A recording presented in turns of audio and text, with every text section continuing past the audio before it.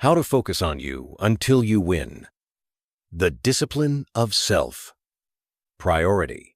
You've been giving everything to everyone, but forgetting the most important person in the room, you. And that is the reason you feel so empty. Why you must focus on you until you win. Let me ask you something. When was the last time you truly prioritized yourself?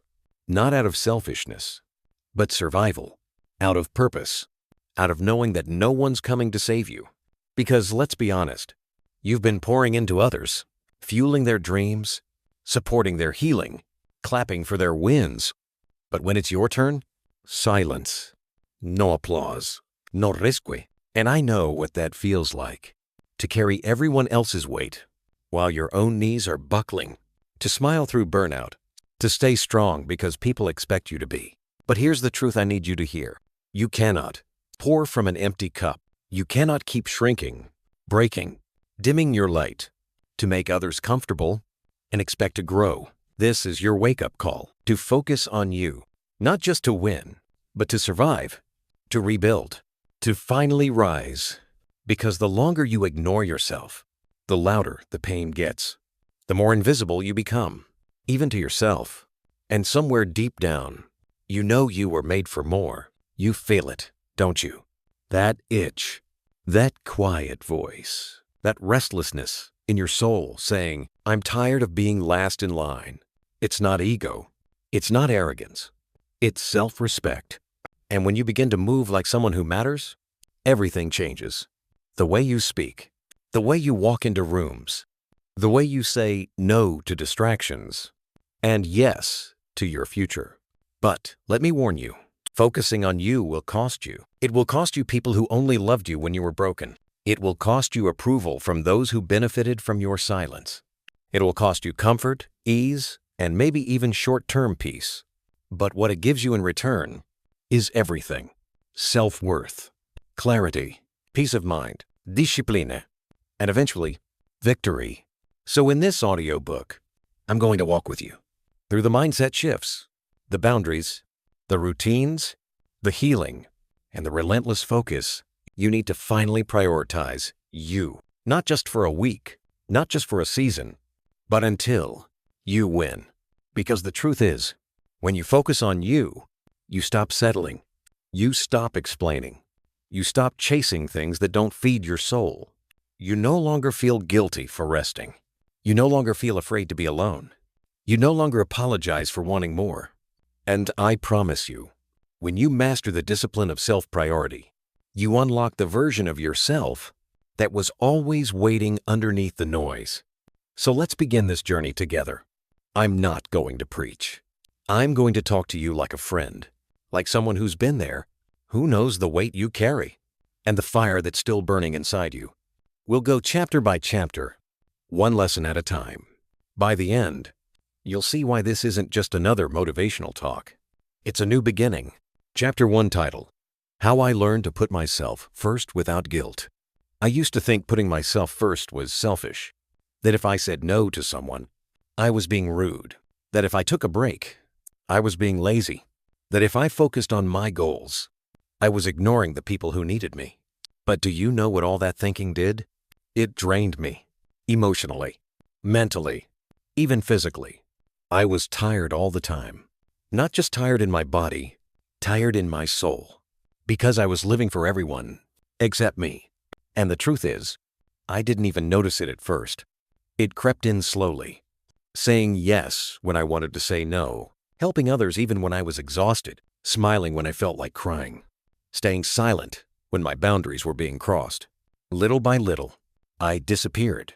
Until one day, I looked in the mirror and thought, who am I even doing this for? That was the day everything changed. The day I realized that putting yourself first isn't selfish.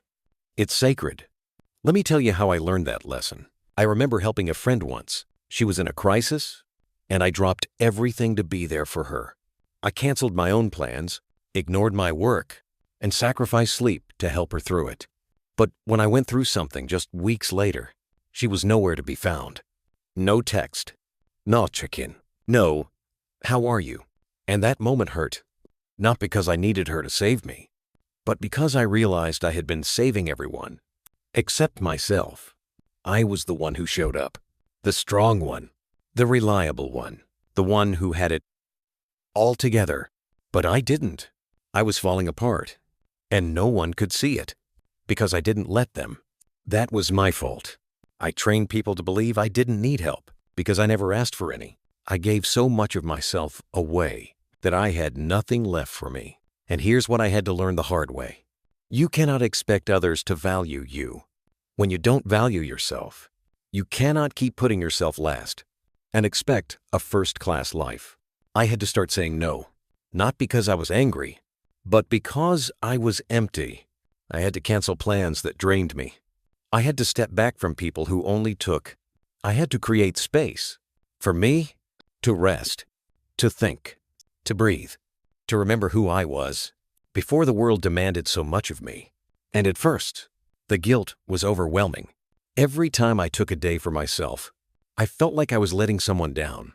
Every time I said, I can't talk right now, I felt like a bad friend, a bad daughter, a bad human being. But then something strange happened. The more I focused on me, the better I became for others. I was more present, more creative, more at peace, because I wasn't running on empty anymore.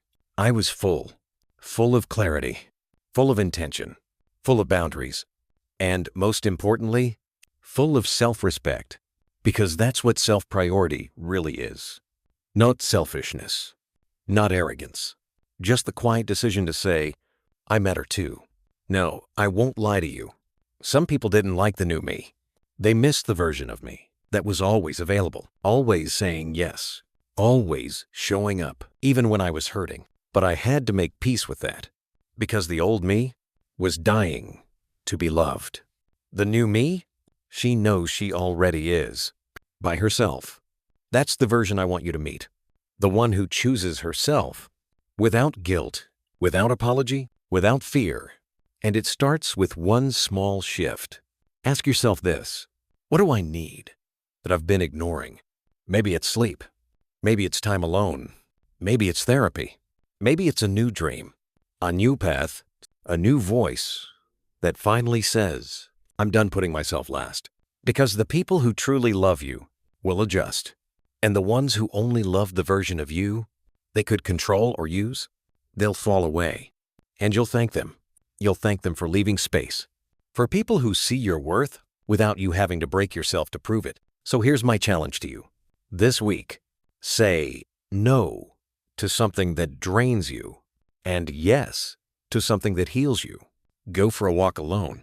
Sit in silence. Turn your phone off. Write your dreams down. Start the project you've been postponing, because everyone else's needs came first. Focus on you until you win. Not just financially, not just outwardly, but inwardly, where the real victory begins. Because when you start choosing yourself, you stop bleeding for people who wouldn't give you a bandage. And that is when your life truly begins. Chapter 2. The Cost of Being Everything for Everyone. Let me tell you something I wish I had learned years ago. Trying to be everything for everyone will cost you everything. And the price is almost always you, your peace, your health, your time, your dreams, your sense of identity. I didn't realize this at first. Because when you're the dependable one, the strong one, the I'll be there friend, you start to believe that your worth is tied to how much you give. So you give and give and give until one day you look in the mirror and you don't recognize the person staring back at you. That was me. Always available, always saying yes, always carrying more than I had strength for.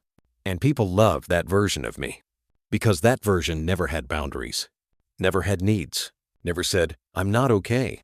But inside, I was crumbling. I remember the moment it hit me. I had promised to help someone move even though I was sick, like fever, chills, headache, sick. But I didn't want to disappoint them, didn't want them to think I was unreliable. So I showed up, dragging my body, masking my pain, pushing through like I always did. And when I finally got home, My body collapsed. Literally, I fell asleep on the floor, still in my shoes, because I had nothing left to give. That night, I cried, not because I was tired, but because I realized I had done this to myself. No one asked me to destroy myself for their comfort. I volunteered. And why? Because somewhere along the way, I started believing that love had to be earned, that I had to be useful to be worthy, that being everything for everyone made me a good person. But here's the harsh truth. Being everything for everyone usually means being nothing for yourself. And that's not noble. That's not honorable. That's dangerous. You lose track of your own needs. You push your passions to the back burner. You start living on autopilot, doing, fixing, helping, rushing, but never being, never resting, never healing. And you don't realize how empty you are until you finally stop moving, until silence creeps in, and you're forced to sit with the truth that you've been so focused on keeping everyone else happy, you forgot what happiness even feels like. And here's the worst part. The more you give without boundaries, the more people expect it, and the less they appreciate it. Because when your kindness is constant, people stop seeing it as a gift. They see it as your job. You become the emotional dumping ground, the unpaid therapist, the last-minute savior, the one who always comes through. Until one day, you don't. And suddenly they say, "You've changed." Yes, you've changed. Because you finally realized the cost of being everything for everyone. You realized that your energy is not infinite, that you can't keep bleeding so others can feel whole, that your purpose is bigger than being everyone's backup plan. So now, I'm very selective with who gets my time, not because I'm bitter, but because I'm wise. I've learned that love without limits becomes obligation, and obligation without rest becomes resentment. And I refuse to live my life resenting the people I was supposed to love. Now, I'm not saying stop being kind. I'm not saying stop helping people. But you must draw a line.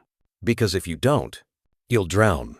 Not all at once, but slowly, emotionally, spiritually, until your spark dies out, and all that's left is someone who used to dream. So ask yourself, where have you been overgiving? Who drains you yet expects you to stay? What habits are stealing your time and peace? Because these are the costs of being everything to everyone. You weren't born to be a superhero. You weren't put here to sacrifice your entire soul for people who won't even say thank you. You were born for purpose, for joy, for fullness, for balance. And balance begins when you say, no more. No more pouring from an empty cup. No more guilt for resting. No more pleasing people at the price of your peace. You deserve to take care of you, not after the chaos, not when there's time, but now, every day, with intention. Because every time you say yes to someone, you're saying no to something else. Don't let that something else be yourself. Reflection questions. Who am I always available for? Even when I'm exhausted. When was the last time I did something for myself with no guilt attached? What boundaries do I need to protect my energy this week? When you stop being everything for everyone, you start being everything you need. And that's when you begin to win. Chapter 3. Self-priority is a skill, and it can be learned. I used to believe that some people were just born with self-priority. You know, those people who say no without flinching, who walk away from toxic energy like it's second nature, who make time for themselves without guilt, who seem so confident in their own value that they don't need to explain their boundaries to anyone. I envied them. I thought, that's just not who I am. But I was wrong. It's not about personality. It's not about being cold or ruthless. It's not about being selfish. It's a skill. And like any skill, self-priority can be learned. It can be trained, refined, mastered, just like riding a bike, just like learning to cook, just like building muscle at the gym. At first, you'll wobble, you'll fall, you'll feel awkward, but if you stay consistent, you'll get stronger. I remember the first time I said no to something that didn't align with me. It was a birthday party, a big one, friends, food, fun, but I had just started a new morning routine. I had finally found rhythm, peace, focus, And the party? It was going to throw me completely off. Late night. Noise. People I wasn't even close to. Old me would have gone. Smiled through it. Pretended I was fine. Because I didn't want to disappoint. But that day, I did something different. I politely declined. No excuse. No over-explaining. Just a simple, honest, I won't be able to make it. And guess what? The world didn't end. The friend didn't hate me. And I woke up the next day, still in alignment with who I was becoming. That was a win. Not a big win, but a personal one. And that's how self-priority works. You build it one decision at a time. Every time you choose rest over people-pleasing, you grow. Every time you protect your schedule, you grow. Every time you say, I matter too, you grow. It's like emotional weightlifting. At first, the boundaries feel heavy. You might shake. You might even cry. But you keep lifting. And before you know it, you're walking differently, talking differently, living differently. Because you've stopped betraying yourself just to make others comfortable. You've trained your nervous system to stop seeing self-care as a threat, to stop associating guilt with me time, to stop reacting from fear, and start acting from worth. And here's the beautiful part. You don't need permission. You don't need a coach, a course, a life-altering event. You just need the decision to stop abandoning yourself, the decision to treat your time as valuable, the decision to put your phone down and pick up your goals, the decision to walk away from people who only remember you when they need something. That decision, that's the beginning of mastery, because the more you practice it, the more natural it becomes. I won't lie to you. At first, it feels selfish, especially if you're someone who was raised to serve, to give, to keep the peace, to be the nice one. But let me be clear. Self-priority is not selfish. It's strategic. It's healing. It's survival. Because if you don't choose you, who will? If you don't draw the line, they'll keep crossing it. If you don't protect your peace, they'll keep pulling you into their chaos. And eventually, you'll look around and realize you built your life around other people's comfort. That's not what you were created for. You were created to build, to grow, to impact, to become. And that requires energy, focus, clarity, all of which gets stolen when you're always on call for the world. So today, I want you to start small. Pick one area where you constantly give yourself away. It could be always saying yes to things you don't enjoy, responding to messages the moment they arrive, taking calls during your creative time, showing up to help even when your body is begging for rest. Now, draw a boundary around it. Just one. And here's the key.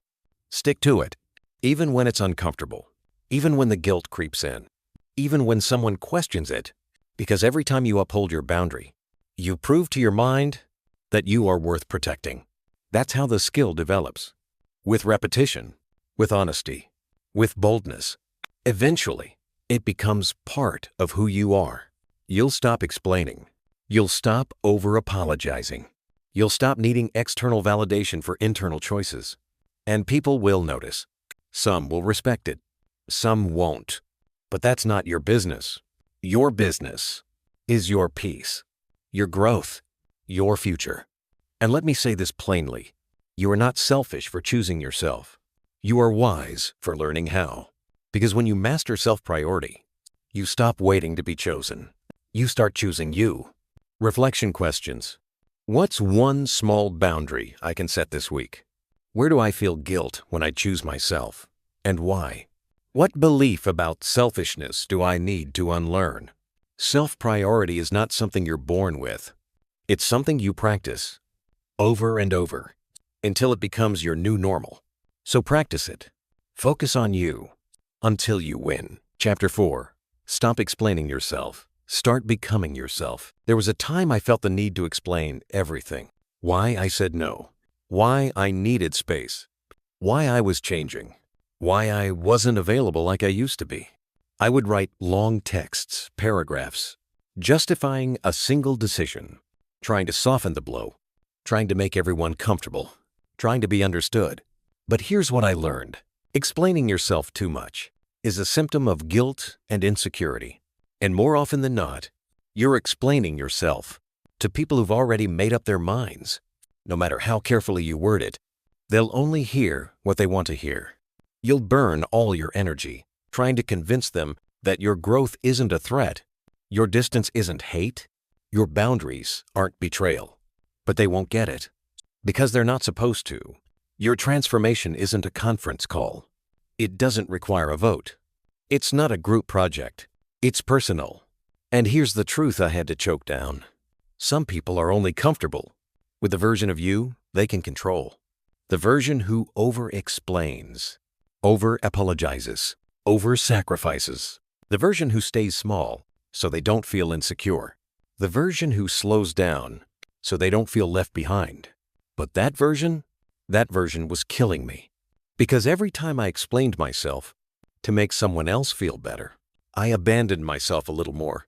I watered myself down to keep the peace.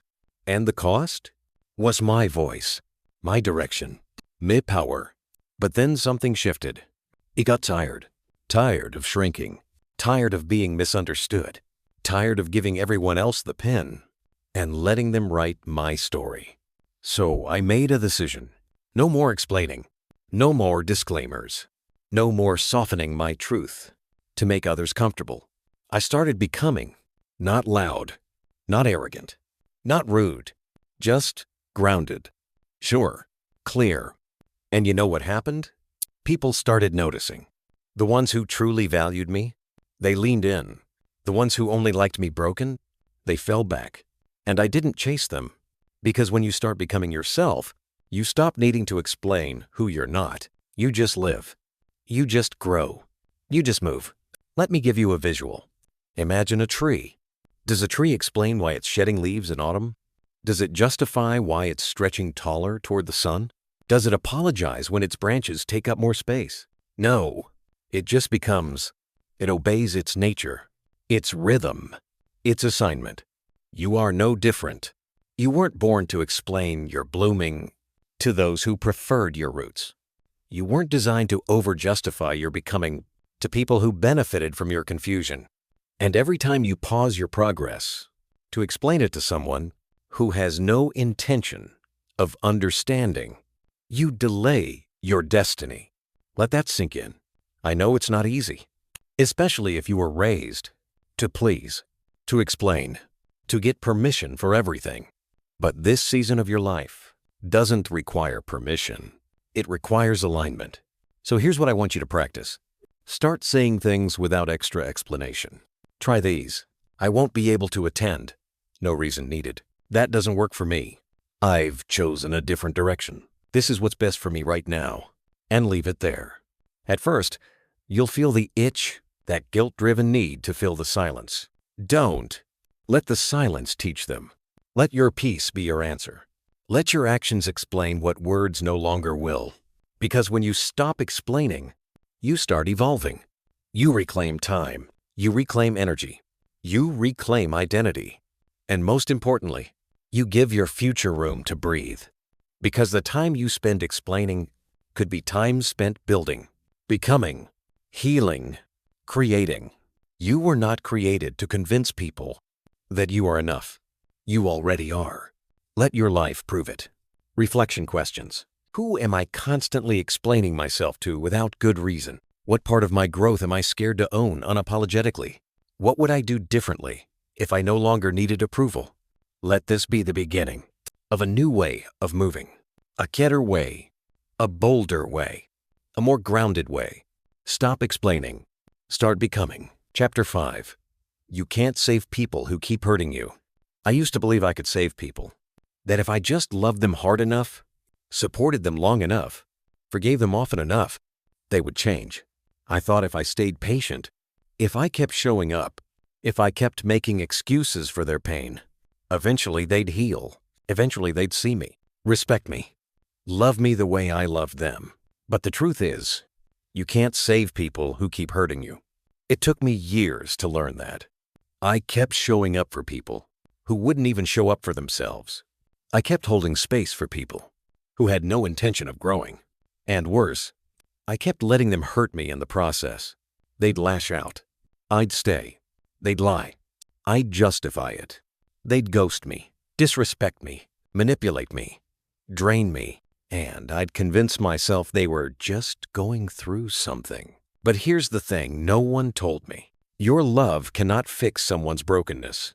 If they're committed to their patterns, you can sit beside someone in the dark, but you can't drag them into the light, especially when they like the dark, when it benefits them, when it excuses their behavior, when it keeps them in control. And when I finally understood that, it shattered me, because I had made someone else's healing my responsibility. I thought my loyalty could redeem their pain. I thought my empathy could undo their trauma. I thought my patience could rewrite their past. But all it did was destroy me, piece by piece, until one day I had to ask myself, why am I fighting so hard for someone who keeps wounding me? Why am I bleeding for someone who won't even bring a bandage? Why do I keep sacrificing my sanity to support someone who doesn't even see my humanity? The answer? Because I confused love with rescue. I confused purpose with punishment. I confused loyalty with suffering. I was raised to believe that love endures all, that good people stick around, that real ones never leave. But no one told me that sometimes leaving is love. Leaving is how you save yourself. And if someone only treats you better when they think you're about to walk away, that's not love. That's fear. That's manipulation. Because someone who truly loves you won't make you suffer to feel seen, won't use your kindness as a weapon, won't keep hurting you, and then expect you to stay. Love doesn't feel like emotional war. It doesn't require you to die inside, just to keep someone else alive. Let that sink in. I know you want to help. You see their potential. You see their pain. You want to be the one who stays, because everyone else left. But listen to me. You are not the answer to their brokenness. You are not the healer. You are not the therapist. You are not the fix. You are a whole human being who deserves love that doesn't hurt. You deserve peace without begging. You deserve support without sacrifice. You deserve joy that doesn't come with emotional whiplash. And no matter how deeply you care, you cannot keep breaking yourself to hold people together. That's not your job. It never was. So what do? You let go. Not because you don't care, but because you finally do. You stop showing up for people who only remember you when they need something. You stop justifying behavior that keeps bruising your soul. You stop thinking your presence can fix what their choices keep breaking. Because here's the truth. Some people only love you as long as you're easy to use. The moment you start requiring accountability, they vanish. The moment you start protecting your energy, they call you selfish. The moment you set boundaries, you're suddenly too much. Let them go. That's not love. That's a transaction. And you deserve love that doesn't need an explanation. So I want you to ask yourself, who have I been trying to save while losing myself? What pain have I been tolerating and calling it patience? What pattern do I keep excusing in the name of love? And then I want you to choose you. Walk away if you must. Rest if you must. Rebuild if you must. But stop sacrificing your soul for someone who's not even willing to face their own. Because when you finally let go of the people who keep hurting you, you make room for those who will honor you. And that is how healing begins. Reflection questions. Who in my life consistently drains or hurts me, yet I keep rescuing them? What story am I telling myself that keeps me in harmful relationships? What would choosing me look like right now? Let this chapter be a mirror. A hard one. A necessary one. You can't save people who keep hurting you, but you can save yourself. And that is a rescue worth everything. Chapter 6. Why you don't owe anyone an explanation for your growth. Let me say this up front. You don't owe anyone an explanation for your growth. Read that again. Let it hit. Let it breathe. You do not owe a single person an essay, a speech, a backstory, or a permission slip for the ways you've chosen to evolve. Your healing doesn't need their blessing. Your elevation doesn't need their comfort. Your success doesn't need to make sense to them. You are allowed to grow quietly, suddenly, unapologetically, and you're allowed to do it without asking the world, "Is this okay?" Because you know what I learned? The people who truly support your growth won't demand an explanation for it.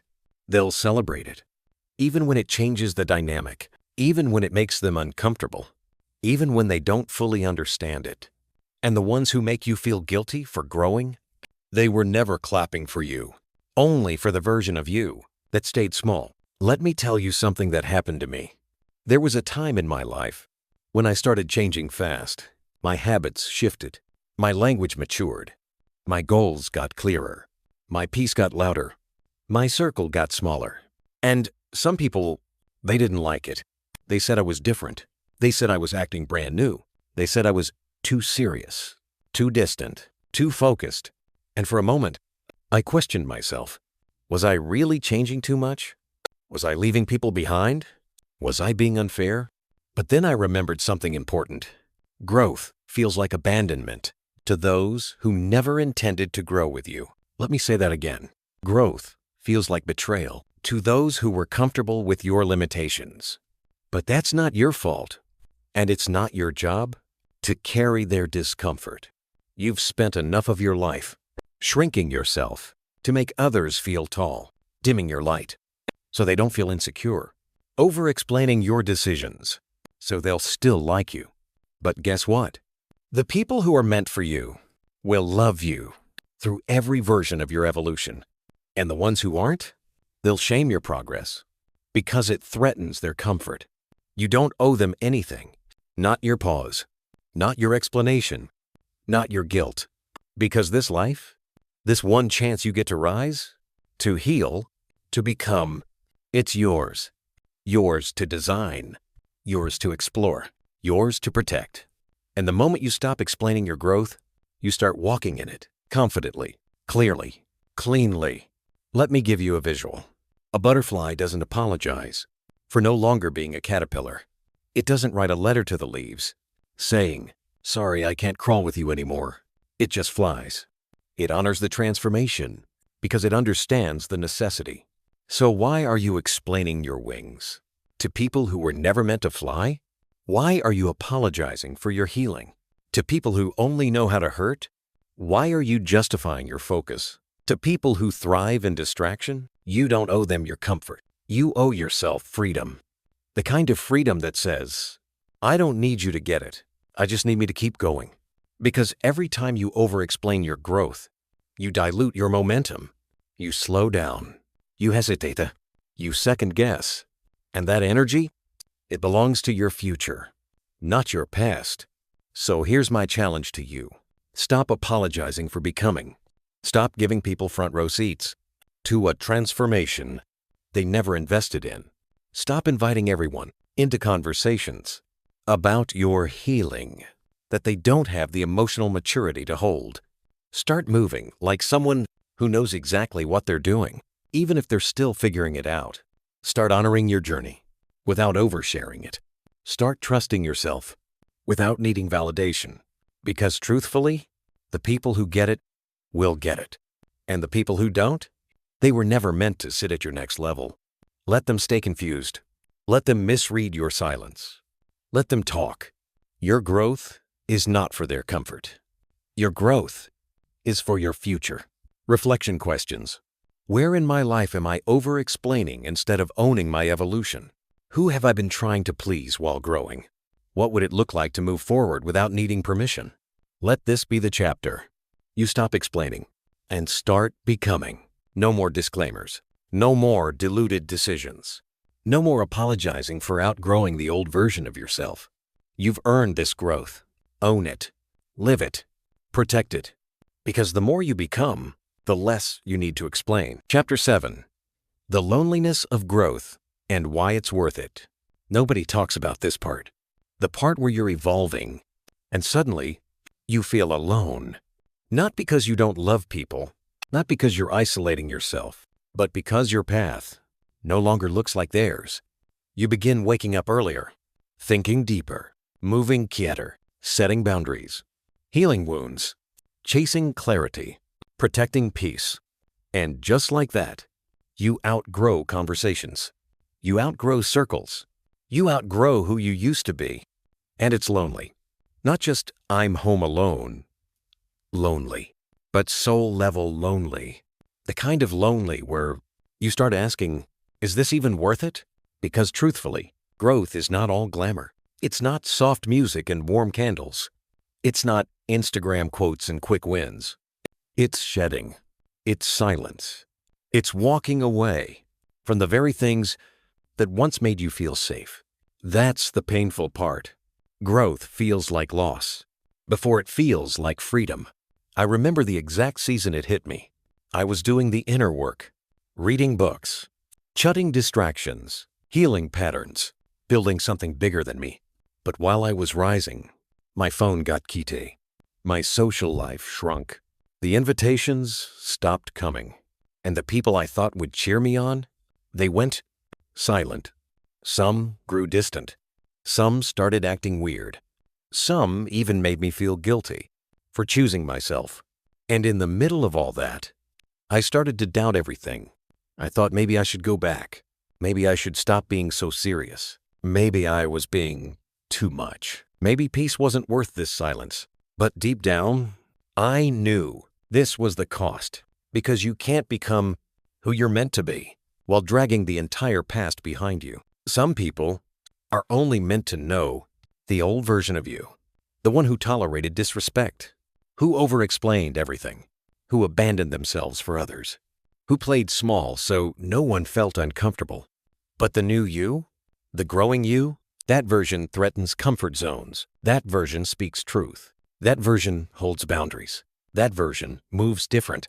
And not everyone can handle that. So yes, growth is lonely, but it's also honest and beautiful and freeing. Because in that quiet season, you meet yourself, the real you, without the noise, without the pressure, without the mask. You learn how to be your own cheerleader, your own safe space, your own validation. You stop begging people to understand a journey that was never meant to be understood by everyone. You start realizing that some people loved you more when you were broken, because your brokenness made them feel needed, made them feel bigger, made them feel in control. But when you heal, when you grow, when you rise, you stop needing what once held you back, and that threatens them. But hear me, that is not your burden to carry. Let them go. Let them misunderstand. Let them sit in their old rooms while you build your new world. Because even though growth is lonely, it's worth it. It's worth waking up with a clear mind. It's worth building a life that doesn't need constant escape. It's worth feeling peace in your own skin. It's worth looking in the mirror and seeing someone you're proud of. That kind of peace is priceless. So if you're in that lonely season right now, where the phone is dry and the circle is small and the nights are quiet, I want you to know you're not doing it wrong. You're doing it right. This is the in-between, the space between who you were and who you're becoming. It's uncomfortable. It's unfamiliar, but it's necessary.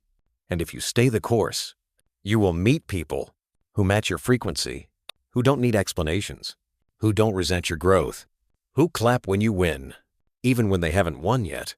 They're coming. But first, you must become.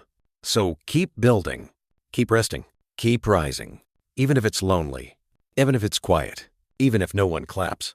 Because this isn't about proving anyone wrong. It's about finally living like you believe you're right, to choose you. Reflection questions. Who or what have I outgrown yet feel guilty for leaving behind? What emotions am I carrying in this season of growth? How can I learn to enjoy my own company without shrinking back? The loneliness of growth is real, but so is the reward. And if you stay with yourself through this season, you'll come out stronger, clearer, and more free than you've ever been. Let them talk. Let them go. Let them stay stuck. You keep becoming. Even if it's lonely, it's worth it. Chapter 8. Success requires silence. Why the loudest work is done alone. You won't hear the click of the clock at midnight. When you're building something real, you won't hear applause.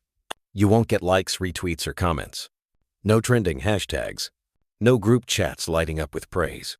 Just you, in silence, with your thoughts, with your dreams, with your doubt. And that's where the real work begins.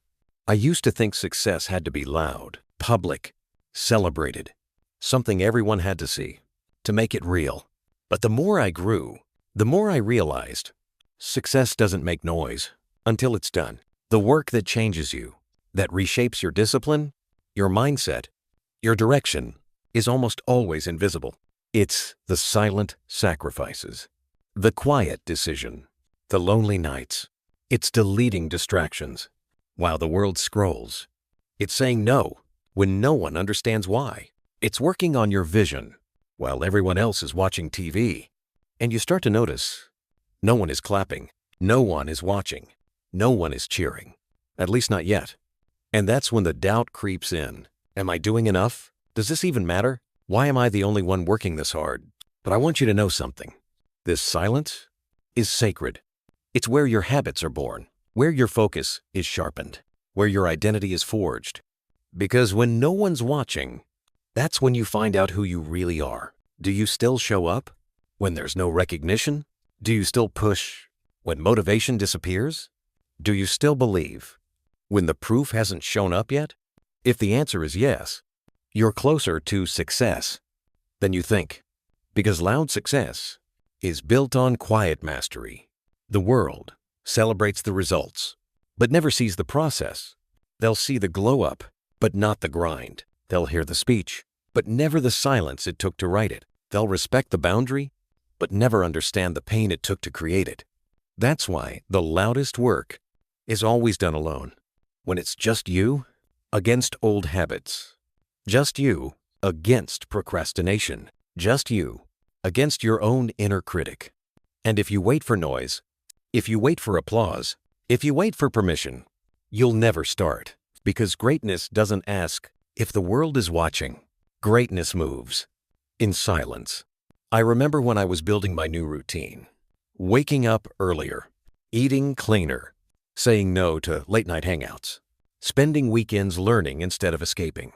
And people noticed, not to cheer me on, but to ask, why are you acting brand new? Why are you always so serious now? You never come out anymore. And I had to smile because they didn't see what I was building.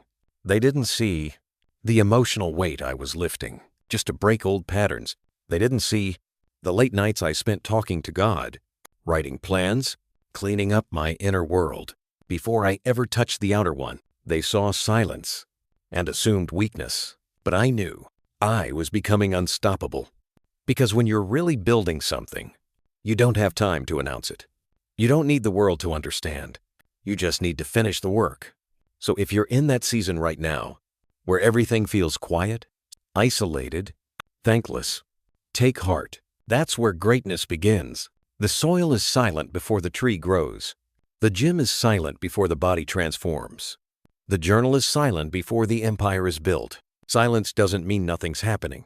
It means everything is. So honor your silent season. Honor the mornings where no one sees you grinding. Honor the nights you go to sleep proud of yourself, even if no one else notices. Honor the tiny victories that feel invisible today, but will echo for years to come. Because when your breakthrough comes, and you won't need to prove anything. The results will speak louder than any explanation ever could. And the silence that once felt lonely will feel like a badge of honor. Reflection questions. Where in my life am I expecting applause before doing the real work? What habits can I build in silence that will change everything later? How can I learn to trust my process without needing external validation? Silence is not absence. It's presence. It's focus. It's faith. It's the space where your future is being written. So stop waiting for the crowd. Stop waiting for the cameras. Stop waiting for the noise. Build in silence. Win in silence. And when the time is right, let your success make the noise. Chapter 9. No one is coming to save you, and that's your power. I waited for a long time. Waited for someone to see me. Waited for someone to choose me. Waited for someone to help me, fix me, carry me, rescue me. I thought maybe if I was kind enough, patient enough, loyal enough, someone would come. Someone would lift the weight, make the calls, fund the dream, believe in me enough to pull me out of the hole I was silently drowning in. But no one came. And do you know what hurt the most? Realizing they weren't supposed to. Not because people are bad, not because no one loves you, but because this part of your life, this chapter right here, was meant to be handled by you. And when I finally understood that, everything changed. There's a brutal kind of freedom that comes when you stop waiting, when you stop hoping that someone will fix the things you've been avoiding, when you stop handing your future to other people's hands, wishes, or sympathy. No one is coming to save you. And that is your greatest power, because now you're no longer waiting. You're no longer stuck. You're no longer handing your timeline to people who don't know how to carry it. You become the one who gets up, who writes the plan, who creates the opportunity, who breaks the cycle. That's where true self-priority begins. It begins when you look in the mirror and say, I'm not waiting another day for someone to rescue me. Because here's the truth. Even the most loving people can't walk your path for you. They can support you, cheer for you, encourage you, but they can't build it, can't live it, can't carry the vision that was planted only in you. And I get it. Taking that kind of responsibility is terrifying. It means owning your time, owning your energy, owning your trauma, owning your bad habits, your procrastination, your pain. It means becoming radically accountable for your healing, your growth, your future. But here's what I want you to know. You are strong enough. You are smart enough. You are powerful enough. Even if no one ever told you that before. You don't need 1 million followers. You don't need perfect conditions. You don't need the perfect body, perfect timing, perfect background. You just need the decision. The moment where you stop outsourcing your life and start reclaiming it. Because when you stop waiting, you start moving. And when you start moving, you realize just how powerful you've been all along. You realize that every delay was you doubting your own voice. Every excuse was fear in disguise. Every time you said, I can't, you really meant, I'm scared. And that's okay. Because today, we change that. Today, we choose different. We stop waiting for the call. We become the call. We stop hoping to be chosen. We start choosing ourselves. We stop asking for validation. We give ourselves permission. I remember the exact moment this hit me. I was sitting in my room, broke, drained, angry, waiting for anyone to fix it. And then I heard this voice in my head whisper, you're the one you've been waiting for. And something cracked open inside of me. I got up, wiped the tears, wrote down a plan, turned off the distractions, stopped texting people who didn't show up for me, started acting like my life depended on me. Because it did. And that decision, it wasn't loud. It wasn't glamorous. No one saw it. But that was the moment. I took my power back. And you can too. So here's what I need you to do. Stop saying you're waiting on the right time. There is no right time. Stop saying you're waiting for motivation. Motivation follows movement. Stop saying you're waiting for someone to see your potential. They don't have to. You do. The doors you're praying for? Start knocking. Start building. Start becoming the kind of person who doesn't wait, but creates. Because yes, it's scary. Yes, it's hard. Yes, you'll feel alone.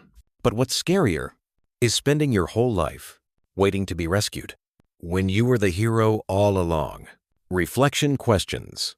What have I been waiting for someone else to fix? Where have I given my power away without realizing it? What's one small action I can take today to save myself?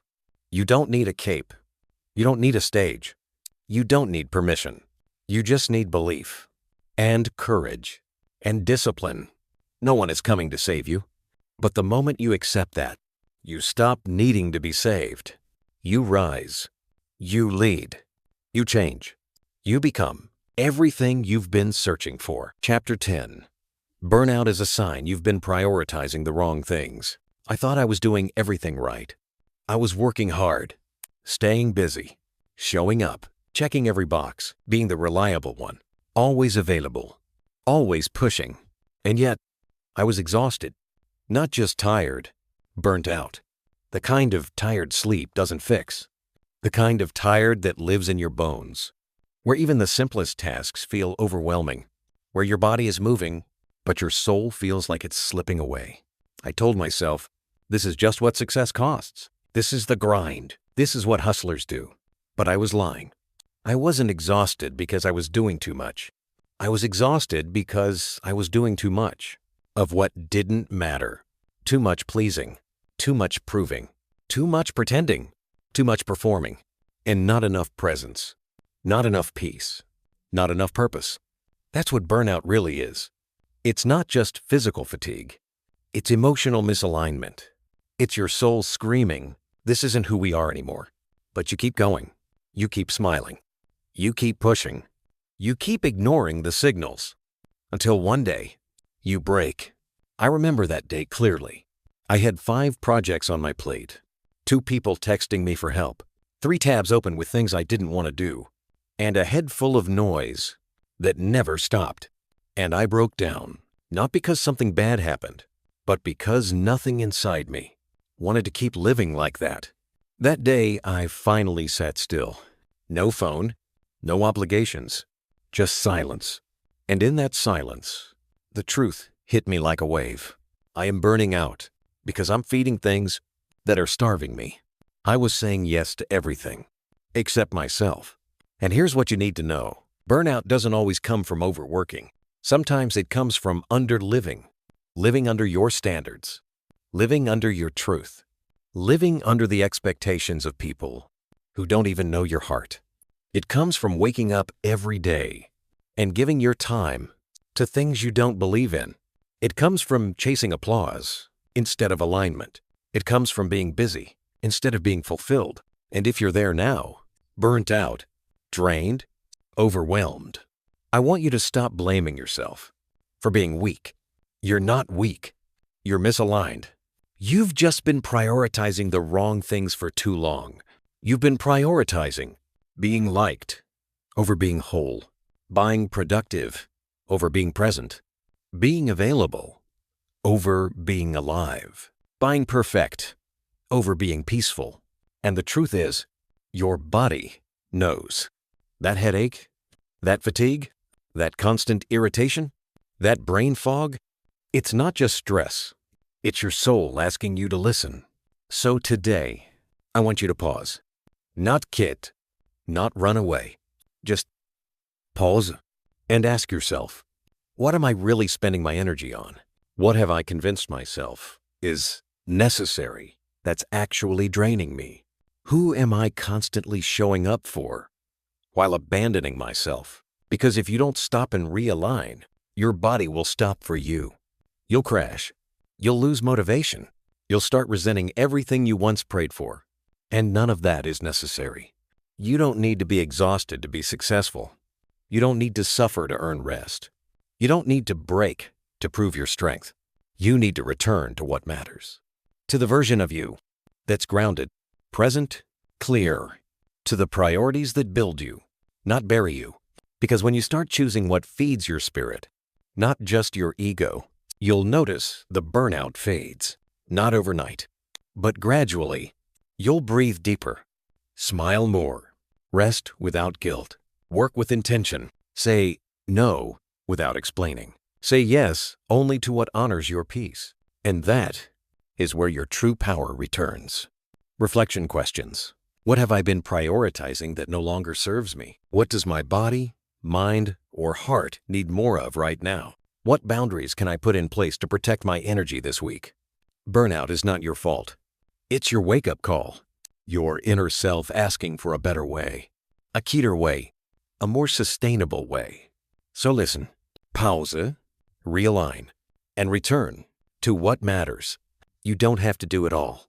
You just have to do what truly matters to you. And the moment you start doing that, the fire won't burn you anymore. It'll fuel you. Chapter 11. When you finally choose peace over approval, there comes a moment where you get tired. Not physically, not even mentally, but tired of trying to be enough for people who never truly saw you. Tired of walking on eggshells. Tired of pretending. Tired of adjusting yourself, your tone, your laugh, your light, just to keep people comfortable. Tired of needing their yes just to feel okay with your own. That moment is sacred because that's when you begin choosing peace over approval. It doesn't happen all at once. It starts subtly. A shift in your body, a whisper in your soul. You start craving silence, more than applause. Solitude, more than attention. Alignment, more than validation. And slowly, you begin walking away from the need to please. That was me. I used to be addicted to approval. The way some people chase money, I chased permission to speak, to shine, to rest, to dream.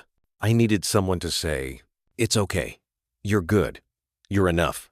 Until one day, I realized the approval I was seeking came with conditions. Smile more. Speak softer. Don't be too passionate. Don't be too distant. Be available. Be accommodating. Be agreeable. And somewhere in all of that, I lost me.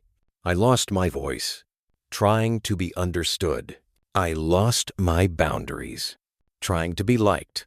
I lost my joy, trying to be digestible. But here's the truth that set me free. Approval is rented. Peace is owned. Let that sink in. Approval is temporary, conditional, exhausting. One moment they love you. The next, they don't. One wrong move, and you're the villain in their story. You're constantly performing on a stage you didn't ask to be on. And for what? For a round of applause that doesn't even feel real? I finally reached a point where I said, enough. I don't want to be the favorite. I don't want to be the most liked. I don't want to fit in spaces that require me to lose myself. I want peace, not silence that comes from suppression, but peace that comes from freedom. The freedom to speak my truth without fear. The freedom to say no without guilt. The freedom to rest without explanation. The freedom to walk away without apology. And the day I chose that kind of peace, everything shifted. My circle got smaller. My days got keener. But my soul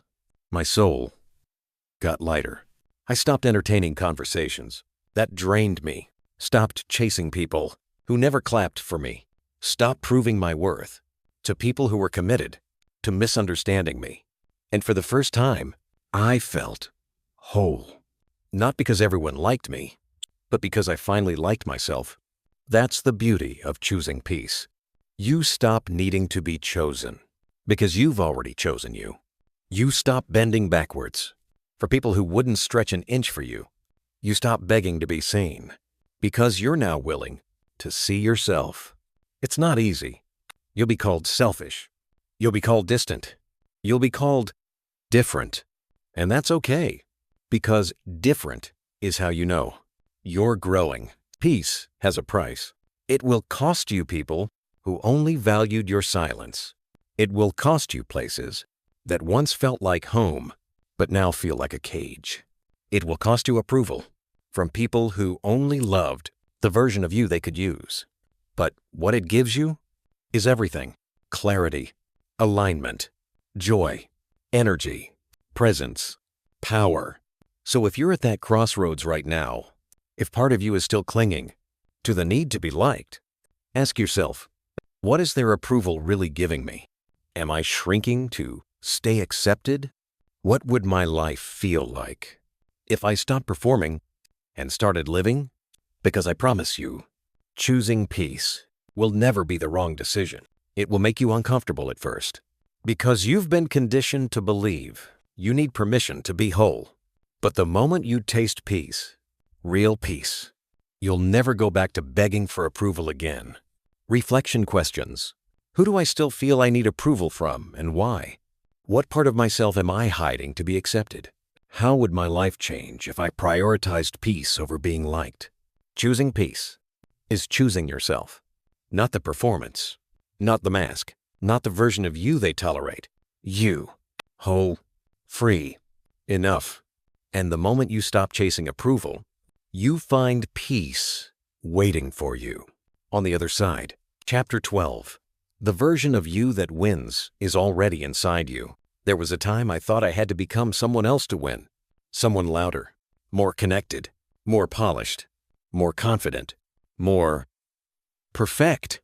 I looked at winners like they were born different, born with something I didn't have, born with magic or luck or power I hadn't earned. So I kept chasing more books, more advice, more motivation, more validation, trying to find that version of me who would finally be ready, who would finally deserve the win. But one day, in the quiet, I realized something that cracked my whole mindset open. The version of me that wins has always been inside me. It wasn't something I had to find. It was something I had to uncover, because somewhere along the way, life had buried her, beneath doubt, beneath fear, beneath guilt, beneath all the voices that told me I wasn't good enough. And maybe that's happened to you, too. Maybe you've spent so much time trying to become better, you forgot you were already enough. You forgot you were born with brilliance, strength, fire, creativity, vision. It just got silenced by pain, by shame, by the expectations of people who never saw your light clearly. But here's the truth. The real you, the winner in you, was never gone, just buried under all the noise, all the roles you had to play, all the masks you were told to wear. And now it's time to dig, to strip away the layers of who you were told to be, so you can finally become who you already are. That winner version of you, she's not in the next course, not in the next relationship, not in the next level of validation. She's in your decisions. She's in your daily habits. She's in the way you show up when no one is watching. She's in the version of you that doesn't need to beg for approval, doesn't wait for the perfect moment, doesn't shrink to fit. She's already here, waiting for you to believe in her. I had to learn that painfully. I kept looking out there for answers, while the real breakthrough was waiting inside me. It wasn't about adding more. It was about subtracting everything. That wasn't me. Let me ask you something. What if nothing is missing? What if you're not behind? What if you already have everything you need to win? Right now, would you stop doubting? Would you stop delaying? Would you stop telling yourself you're not ready? Because here's what I know. Winners aren't born with more. They're just the ones who stopped waiting. They stopped waiting for the right time, the perfect mood, the magical opportunity. They started believing in what they already had. They bet on themselves before anyone else did. And you can too. But it starts with this decision: to stop running from yourself and start running with yourself. To look in the mirror and say, I am the answer. I am the source. I am the breakthrough. Because no one else can activate the winner inside you. Only you. And no, she's not perfect. She still gets scared. She still has doubts. She still wants to quit sometimes. But she keeps going. Because she knows. Every time she shows up for herself, she gets closer. Every time she honors her habits, she gets stronger. Every time she protects her peace, she gets clearer. She's not chasing a win. She's becoming the kind of person who wins no matter what. That's you. That's who you are. You don't need to fake it. You don't need to force it. You just need to return to what's always been there. Your voice, your power, your identity. It's time to stop hiding your crown. It's time to stop waiting for someone to crown you. You already wear it. Own it. Reflection questions. What parts of myself have I been hiding or doubting? What perfect version of me am I chasing that doesn't truly exist? What would change if I believed I already have what it takes? You are not behind. You are not broken. You are not missing anything. You are rising. You are realigning. You are remembering. And the version of you that wins? She's been here all along, waiting, not to be found, but to be released. Chapter 13. You win the moment you choose you. I used to think winning was something far away, something tied to money, to status, to the applause of others. I thought I'd know I had won when the world finally validated me. When they said, "You made it. You're successful. You're finally enough."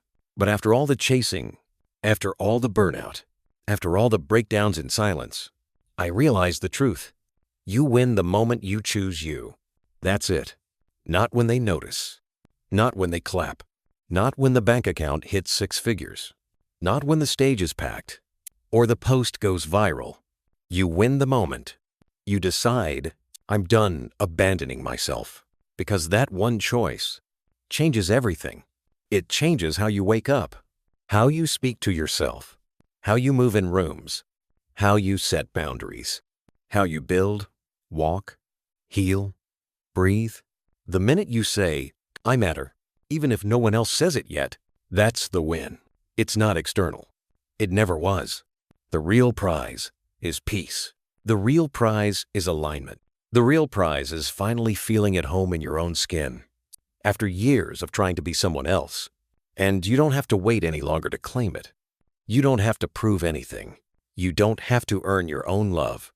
You don't have to become perfect before you pick yourself. You just have to choose. Choose the version of you that stands tall, even with trembling legs. Choose the path that feels right, even if it's lonely for a while. Choose the dreams that won't leave you alone, even when they scare you.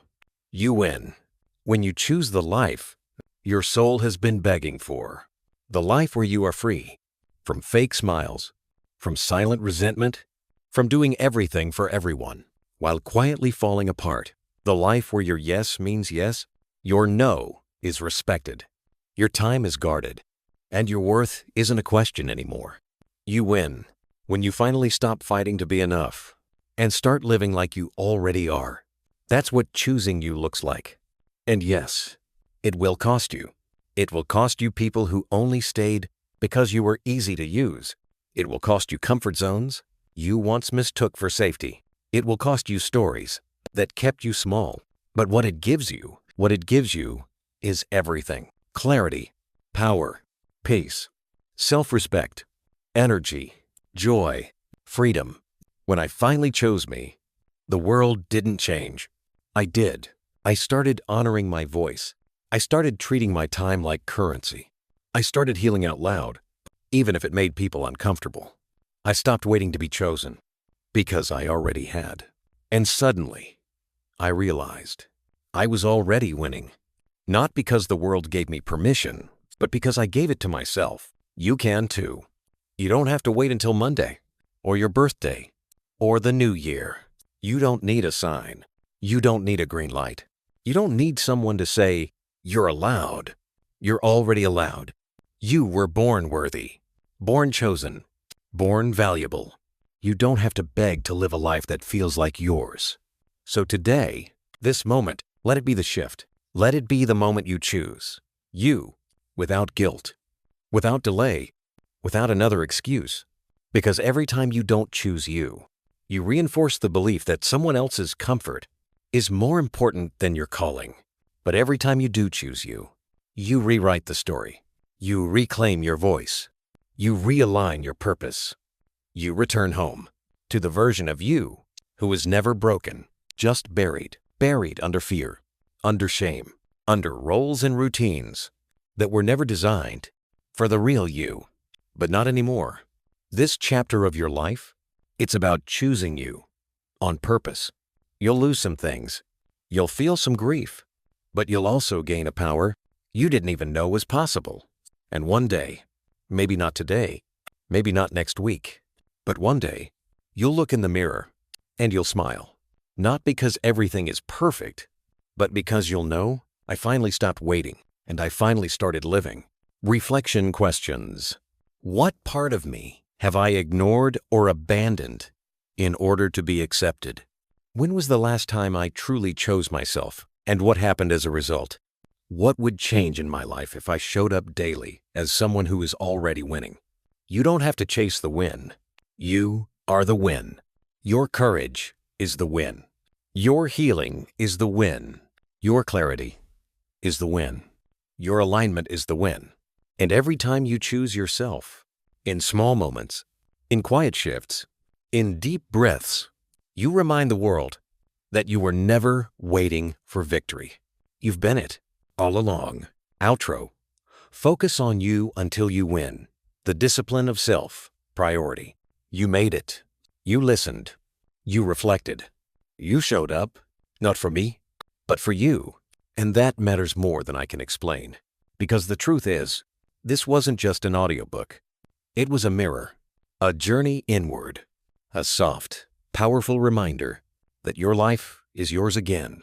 Maybe for the first time, you've truly chosen yourself. Maybe you've cried during this, paused to breathe, felt memories stir in your chest, of times you gave too much, settled too long, or stayed too small. That's okay. That's healing. Because this time, you didn't run from it. You leaned in. You listened. You faced it. And that is how everything begins to change. So here's what I want you to take with you. You are not too late. You are not too broken. You are not too far behind.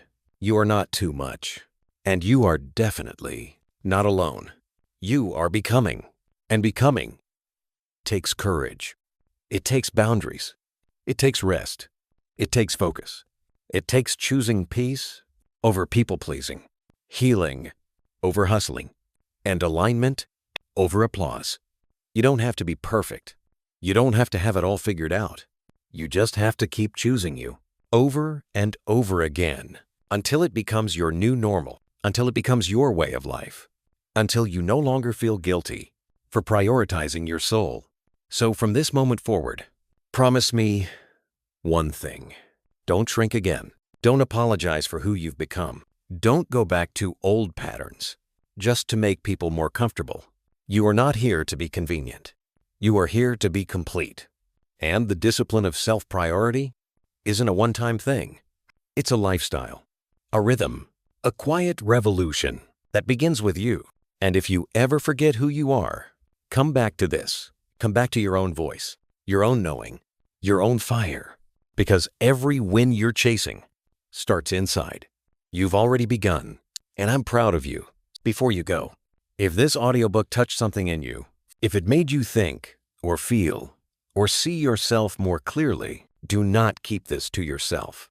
Click like to let the algorithm know this message matters. Subscribe so you never miss another journey like this. And comment below, I choose me. Let's remind each other we're not doing this alone. And when you're ready for your next chapter, watch the next video linked on screen. It's waiting for you. Until then, keep focusing on you until you win, because your healing, your peace, and your power are worth the discipline. And so are you.